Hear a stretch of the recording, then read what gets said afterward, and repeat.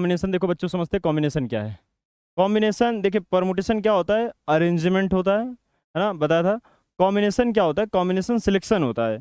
आपको सिलेक्ट करना है अगर कुछ चीज़ है, ठीक है। जैसे आपकी क्लास में 100 बच्चे हैं और क्लास टीचर ने आपसे कहा कि ऐसा है कि 10 बच्चों को लेकर आइए अपनी क्लास से, तो आप कंफ्यूज हो जाओगे कौन से 10 बच्चे सिलेक्ट करें।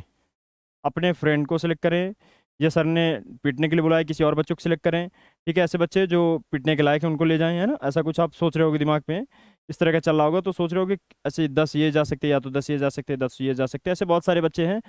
अगर भेजें तो हम जा सकते, 10 बच्चे भेजे जा सकते हैं उन 100 बच्चों की क्लास में। लेकिन कॉन्सेप्ट अगर ये बने कि टोटल कितने तरीके हैं, कितने तरीके से हम 10 बच्चे सेलेक्ट कर सकते हैं 100 बच्चों में से, ये चीज़ समझे। तो ये जो आप सीखोगे, जो आपको पता चलेगा कि 100 में से 10 बच्चे सिलेक्ट करने हैं, ये कैसे यहाँ पर हमें सिलेक्ट होगा, तो वो जो है कॉम्बिनेशन आपको सिखाएगा। जैसे दूसरा एग्जांपल मैं दूं, जैसे आप कहीं मार्केट पे गए, शॉपिंग पे गए, ठीक है। जैसे सपोज क्या नाम है, शॉपकीपर ने आपको 5 अलग अलग तरह की नोटबुक दिखा दी यहाँ पर, कि यहाँ 1 नोटबुक, यहाँ पर 2, 3, 4, और ये हो गई 5 नोटबुक बना देता हूँ यहाँ पर। अब इन 5 नोटबुक्स में से आपको लेना कोई एक ही नोटबुक है, आपको सिलेक्ट कोई एक ही नोटबुक करनी है। तो आप करोगे क्या बच्चों, आप सोचोगे कि ये वाली बुक ले लें, या ये बुक ले लें, या ये बुक ले लें, ठीक है। कंफ्यूज हो जाओगे कि फर्स्ट बुक लें, कि सेकंड बुक लें, कि थर्ड बुक लें, है ना। कौन सी बुक यहाँ पर लें, और सारी बुक आपको ठीक लग रही, सही लग रही, जो आपके लिए बेनिफिशियल है। तो आप देखोगे कितने तरीके से हम यहाँ बुक जो है सिलेक्ट कर सकते हैं, नोटबुक कितने तरीके से नोटबुक सिलेक्ट कर सकते हैं, टोटल कितने तरीके हैं यहाँ सिलेक्शन के। तो इस तरह के बेटा जहाँ पर आपको क्वेश्चन दिखे, समझ लीजिएगा वो कॉम्बिनेशन का ही क्वेश्चन है। और इस तरह के जितने भी आपके दिमाग में कंफ्यूजन है, उन सभी कंफ्यूजन को दूर करेगा सिर्फ एक ही वर्ड, कौन सा है, कॉम्बिनेशन। अभी देखिए कॉम्बिनेशन है क्या चीज़, चलिए स्टार्टिंग से यहाँ पर ये समझते हैं। तो ये इतना तो अभी इन सब का आंसर देखिए बताता हूँ मैं। तो पहले यहाँ पर देखिए, अगर यहाँ पर टोटल ऑब्जेक्ट बच्चों, टोटल ऑब्जेक्ट n है, और आपको जैसे सिलेक्ट करने हैं, सिलेक्ट करने हैं आपको r, ठीक है। सपोज n टोटल यहाँ पर ऑब्जेक्ट है और आपको सिलेक्ट करने हैं r, तब आप क्या करोगे, तो इसके लिए कॉम्बिनेशन का बेटा सिंपल सा फॉर्मूला होता है। यहाँ पर c लिखना है, इधर n लिखना है, इधर r लिखना है, इसको रीड करेंगे NCR, ठीक। अब ये तो हो गया सर, ये तो लिखने के तरीके, इसको सॉल्व कैसे करेंगे, कैसे इसका वैल्यू आएगा। तो सॉल्व करने के लिए बेटा फैक्टोरियल n अपॉन इन दोनों को माइनस कर देना है, और यहाँ पर फैक्टोरियल r भी रहेगा, ये बनेगा factorial n factorial r factorial n minus r। ऐसा ही कुछ यहाँ पर हम लोगों ने परमुटेशन में भी पढ़ा था, यही नहीं पढ़ा था लेकिन ऐसा ही कुछ पढ़ा था। कैसा क्या, परमुटेशन में हमने पढ़ा था फैक्टोरियल n माइनस r पढ़ा था, है ना। ये पढ़ा था हमने यहाँ पर फैक्टोरियल n माइनस r। लेकिन अभी इन दोनों में देखो क्या रिलेशन है, NCR और NPR में क्या दिक्कत आ रहा है भाई, सिर्फ फैक्टोरियल r इसमें ज़्यादा है ना। फैक्टोरियल r ज़्यादा, कहने का मतलब NPR में अगर आप फैक्टोरियल r से डिवाइड कर देते हो तो NCR बन जाता है, ऐसा ही कुछ है ना। NPR में अगर फैक्टोरियल r से डिवाइड कर देते हो तो NCR बन जाता है। या फिर आप इसको ऐसे भी लिख सकते हो कि NPR जो होगा, परमुटेशन जो होगा, वो NCR इंटू फैक्टोरियल r के बराबर होता है। ये पता है, ये बहुत इंपॉर्टेंट चीज़ है। ये तो देखने में तो बहुत आसान लग रहा होगा ना, कि इधर भेज दिया सर, इसमें कौन सा बड़ा जो है काम हो गया, लेकिन ये पता बहुत इंपॉर्टेंट बड़ा इंपॉर्टेंट पार्ट है। ये किसके इक्वल लिखा है, NPR के परमुटेशन के इक्वल लिखा है। इक्वल्स टू में क्या है, कॉम्बिनेशन में, मतलब एक ऐसा क्वेश्चन जिसमें परमुटेशन कॉम्बिनेशन दोनों लगभग यूज होने हो। तो आप देखो करोगे क्या, पहले तो आप NCR यूज करोगे, मतलब आपको पहले सिलेक्ट करना है, पहले तो आप सिलेक्ट करोगे। जैसे मैंने आपको एग्जांपल दिया कि आप 100 में से 10 बच्चे आपको अपनी क्लास के सिलेक्ट करने हैं, तो पहले तो आपने उन 10 बच्चों को सिलेक्ट किया, जैसे तैसे सिलेक्ट किया। उसके बाद लिखा है फैक्टोरियल r, वो जो 10 बच्चे हैं आपको सिलेक्ट करने के बाद उन 10 को अरेंज भी करना है, ठीक। अरेंज करना, सपोज सर ने कहा कि एक लाइन पे खड़ा करो इनको, ठीक है, एक लाइन पे खड़ा करो, ये एक बेंच पे एक रो में एक सीधे बिठाओ इन बच्चों को।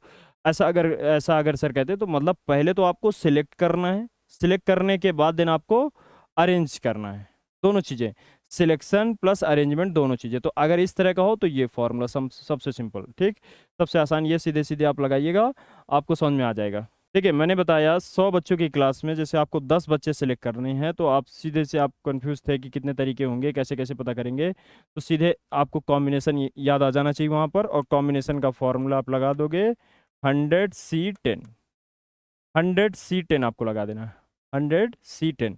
अब आ जाते हैं नोटबुक वाले कॉन्सेप्ट पे, कि हमने कहा था 5 नोटबुक्स हैं और 5 में से हमको 1 नोटबुक यहाँ पर सिलेक्ट करना है। तो आप यहाँ पर तो यहाँ पर आप क्या करोगे, यहाँ पर हमने कहा था 5 में से आपको एक सिलेक्ट करना है, 5C1।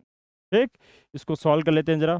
फैक्टोरियल 5 फैक्टोरियल 1 और 5 - 1 हो जाएगा फैक्टोरियल 4।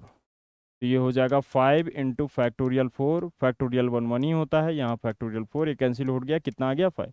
मतलब एक नोटबुक को सिलेक्ट करने के 5 तरीके हैं। ठीक है ना, पहले आप या तो ये सिलेक्ट कर सकते हो, या तो ये, या तो ये, या तो ये।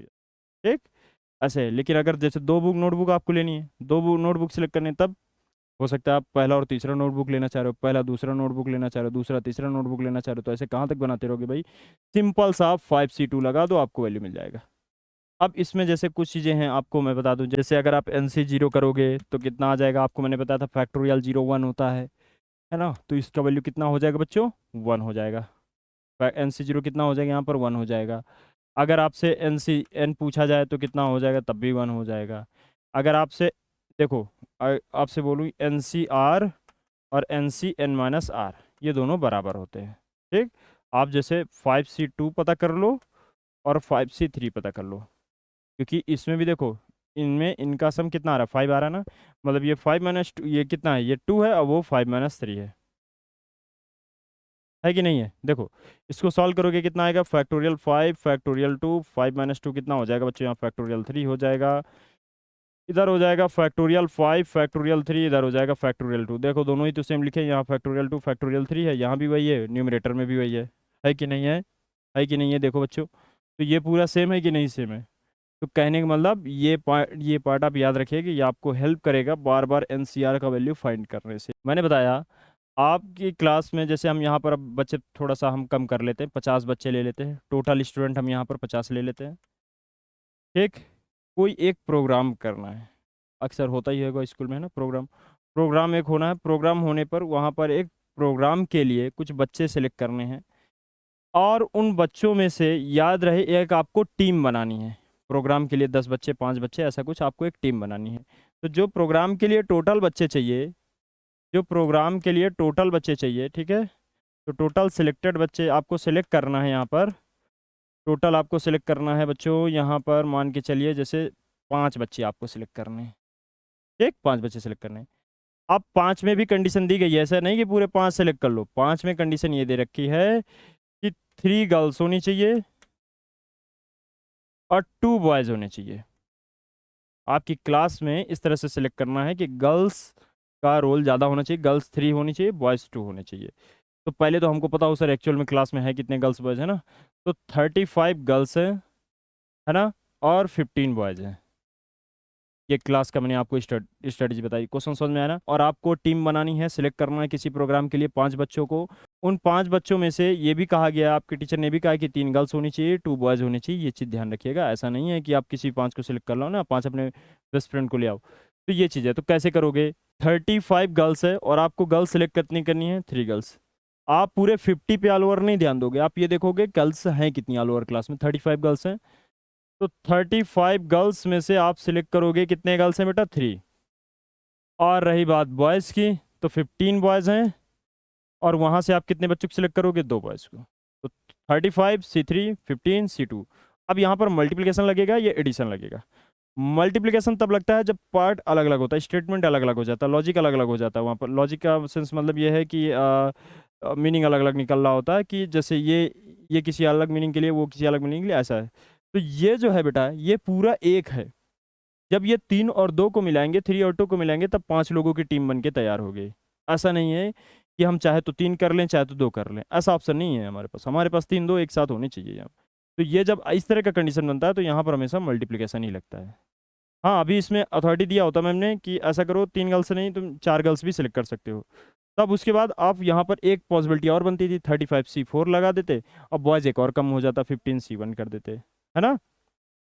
तो आपके पास वहाँ पर एक और ऑप्शन बनता, तो अब आप उसको और फाइंड करते, फाइनली दोनों को ऐड करना पड़ता, दोनों अलग अलग ऑप्शन थे। ठीक है, तो अभी ये आ गया, बस इसको कैलकुलेट कर लेना है और इसका आंसर मिल जाएगा।